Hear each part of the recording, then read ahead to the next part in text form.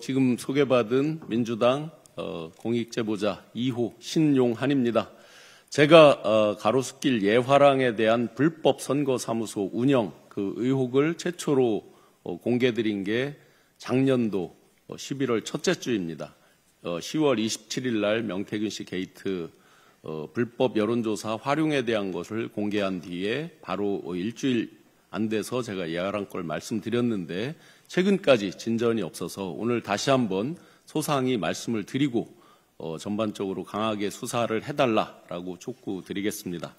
우선 제가 예화랑 불법 선거사무소 운영에 대해서 인지할 수 있었던 것은 당시 2021년, 22년 대선을 앞두고 윤석열 캠프에서 정책총괄 지원실장을 하면서 수십 차례 윤석열 후보 그리고 아침에 하는 전략조정회의, 저녁에 하는 일일 상황 점검회의에 제가 두세 번 빠진 거 외에는 빠지지 않고 다 참석을 했었기 때문에 선거 당일날까지 2022년 3월 9일까지 다 참석을 했기 때문에 지금 현재 장관, 차관, 대통령실의 수석, 비서관 또 국회의원이 되신 대부분의 그 회의에 참석했던 멤버들과 함께 계속해서 회의를 하면서 여러 가지 상황을 상의하고 이야기를 듣고 했었기 때문에 정확하게 보고 들은 내용들입니다. 당시에 선대 본부장급 인사들이 수도 없이 얘기한 바가 있습니다. 빨리 강남 가로수길 사무실에 가서 보고 드려야 되니까 정책에 대해서 빨리빨리 정리를 해서 달라 해서 실제로 아주 서둘러서 정리를 해서 드린 적이 있습니다. 그리고 그때마다 대부분의 그 본부장급 지금 이제 다 장차관급, 수석급, 비서관급 이렇게 되신 분들이죠. 뭐 실명 말씀 안 드려도 제가 기존에 공개드렸던 회의체 도표에 보시면 참석자가 누군지 다 사실상 나와 있습니다. 그분들께서 가로수길에 가서 빨리 보고 드려야 된다라는 말을 수시로 했습니다. 이에 대해서는 전 의원이었던 김용남 의원도 비슷한 이야기를 한 바가 있습니다. 그리고 캠프 내에서 지금 공기업의 간부입니다. 제가 실명으로는 말씀 안 드리겠습니다. 현재 공기업 간부 등등을 하다 지금 협회, 주로 정부랑 긴밀하게 움직이는 협회의 상근 부회장으로 있는 분께서 김용식을 아느냐? 그게 모릅니다. 김용식이 가장 윤석열 대통령이 친한 사람이고 그 장인어른 정상명 전 총장이 결혼식 주례도 쓰고 지금 늘 거기에서 사무실에서 회의하고 있는데 소개할까? 그래서 저는 거의 매일 대면 보고를 하고 회의를 하고 있던 관계였기 때문에 제가 소개받진 않았습니다. 이럴 줄 알았으면 소개를 받을 걸 그랬나 봅니다. 그리고 불법 사무소에 대해서 결정적으로 이준석 전 대표 지금 의원이 증언을 한 바가 있습니다. 당시에 윤석열 후보가 저녁에 밤늦게 평택에 소방관 격려 위로차 갔다가 오면서 예화랑으로 와서 저녁 식사하고 가자라고 제안을 하면서 보냈던 주소를 당시에 받았던 문자를 이준석 의원이 공개를 한 바가 있습니다. 주소가 강남구 가로수길 73번지, 강남구 신사동 532-3번지 정확하게 예화랑 맞습니다.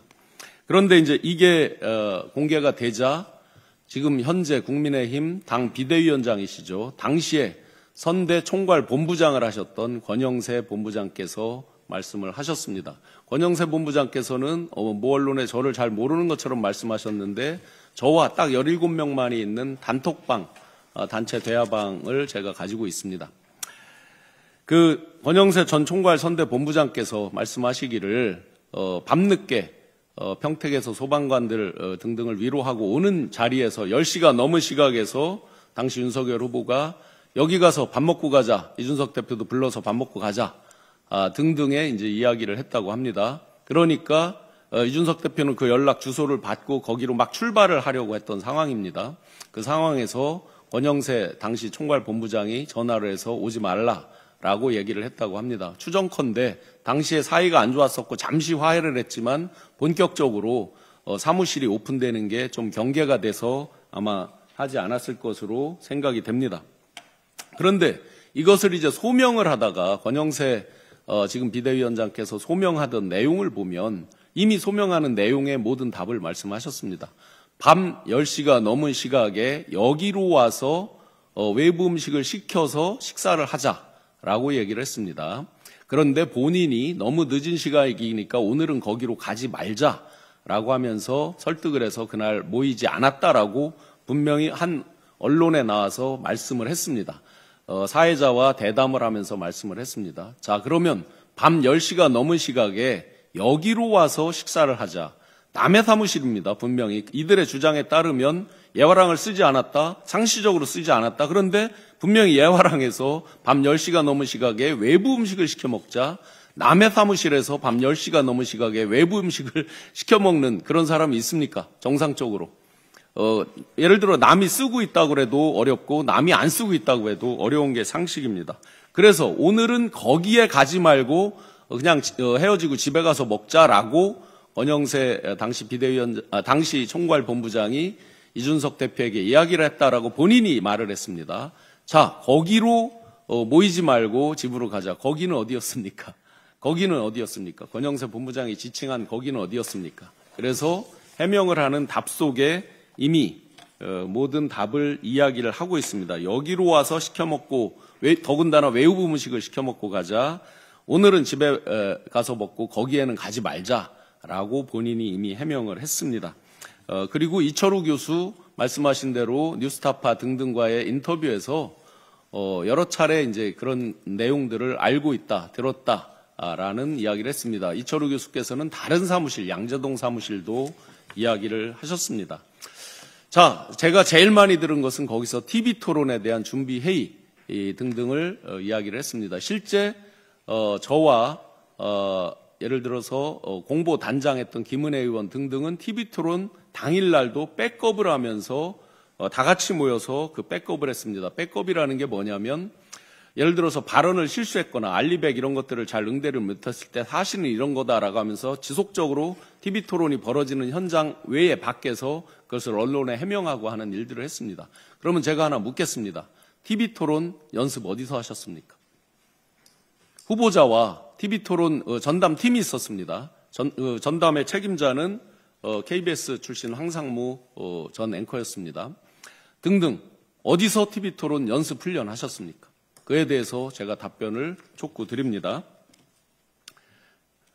이게 당시 안에서 찍은 사진 같은 게 없다라고 해서 많은 분들이 이제 부정을 하는 내용인데 이게 요 TV 토론 당시 있던 그 시점하고는 약간 다르지만 저게 가로수길 예화랑 내부 사진으로 이미 언론에 이제 나와 있는 내용입니다. 그런데 제가 예화랑 건에 대해서 공개를 하고 바로 밤에 저녁 식사 자리가 옆에서 있어서 찍은 사진이 왼쪽입니다. 예화랑이라고 간판이 걸려 있죠. 11월 11일입니다. 작년도 11월 11일. 제가 11월 첫 주에 공개를 하고 밤에 저녁 약속을 끝내고 지나가다 찍은 사진입니다. 분명히 외부 간판도 걸려 있고 입간판도 걸려 있고 공개가 되어 있습니다. 들어갈 수 있습니다. 그 앞에까지. 그런데 11월 18일 김용만 의원님을 포함해서 민주당 의원님들과 현장을 갔을 때는 바로 오른쪽 사진입니다. 높게 사람 키높이보다 훨씬 높은 그 펜스를 쳐놓고 공사 중이라고 해서 다 가려져 있었고 이 사진에 안 나왔지만 그 뒤에 바로 뒤에는 그 안에 내부 물건을 급하게 버린 흔적들이 수북히 쌓여 있었습니다. 심지어 미술 작품도 거기에 쌓여 있었습니다. 그런데 이상한 것이 하나 있었습니다. 그 지금 예화랑의 그 대주주 주인이라고 하는 김용식, 김방은 씨에 대한 거는 김용만 의원님께서 말씀하신 대로 김용식 씨는 실제 인수위에 갔었습니다. 배치가 됐었습니다. 그러다 중간에 개인 사정이라고 하면서 사라졌지만 속 사정은 다릅니다. 그 내부에서 직원과의 어떤 일이 있어서 사라진 것으로 이미 널리 알려져 있습니다. 김방은 씨는 기존에 쓰던 청와대를 새롭게 활용하는 그 TF에 배치가 됐으니까 자리를 받은 거죠. 일종의. 저 지금 건물에 펜스 쳐놓고 한 것에 H약품이 등장을 합니다. 내년도 아직 사용 승인, 즉 부수고 새로 건물을 짓는 그런 시행을 일종의 하는 것에 대한 승인도 받지 않은 상태에서 H모 약품, 그 유명한 제약사죠. 거기와 선계약을 했습니다. 48억의 보증금을 받았습니다. 정상적으로 인허가가 나고 건물이 올라가도 내년 7월로 예정돼 있습니다. 가장 빠르게 정상적으로 진다고 하더라도요. 그런데 이분들이 이미 올해 1월 달에 48억 원의 선보증금을 받고 펜스를 다 쳐버렸습니다. 어떻게 된 것입니까? 아직 내년도에 건물이 지어질지도 안 지어질지도 아직 모르죠. 왜냐하면 인허가가 길어지기도 하고 변수에 의해서 착공이 늦어지거나 안 될 수도 있고 여러 변수들이 있잖아요. 참고로 저 건물은 건축 대상을 받은 지은 지 20년이 안 된 외관상으로 상당히 양호한 건물입니다. 그런데 지금 그런 기묘한 이상한 일이 있습니다. 한 가지입니다.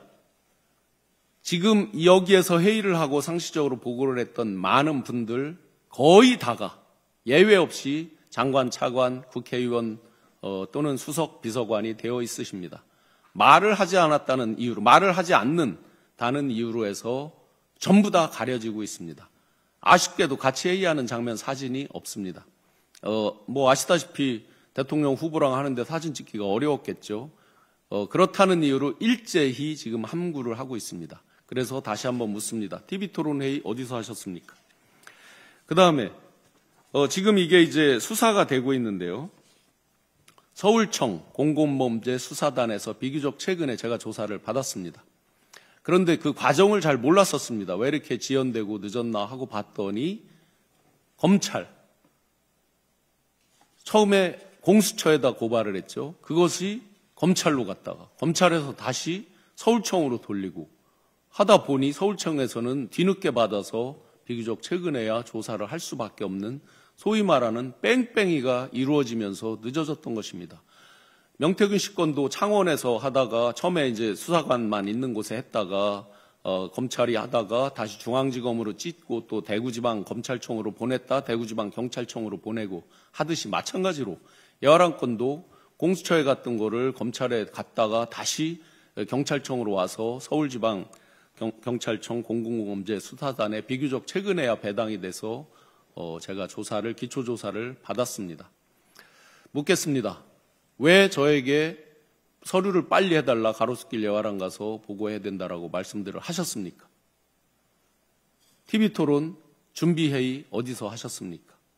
자, 여러 언론 매체가 확인 결과 중앙선관위에 신고되지 않은 사무실입니다. 그렇다면 불법 사무실입니다.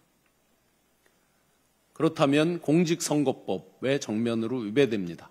그리고 그들에게 자리를 주었습니다. 인수위에 들어갔고 청와대 세활용에 대한 자리를 주었습니다. 그렇다면 정치자금법 위반입니다.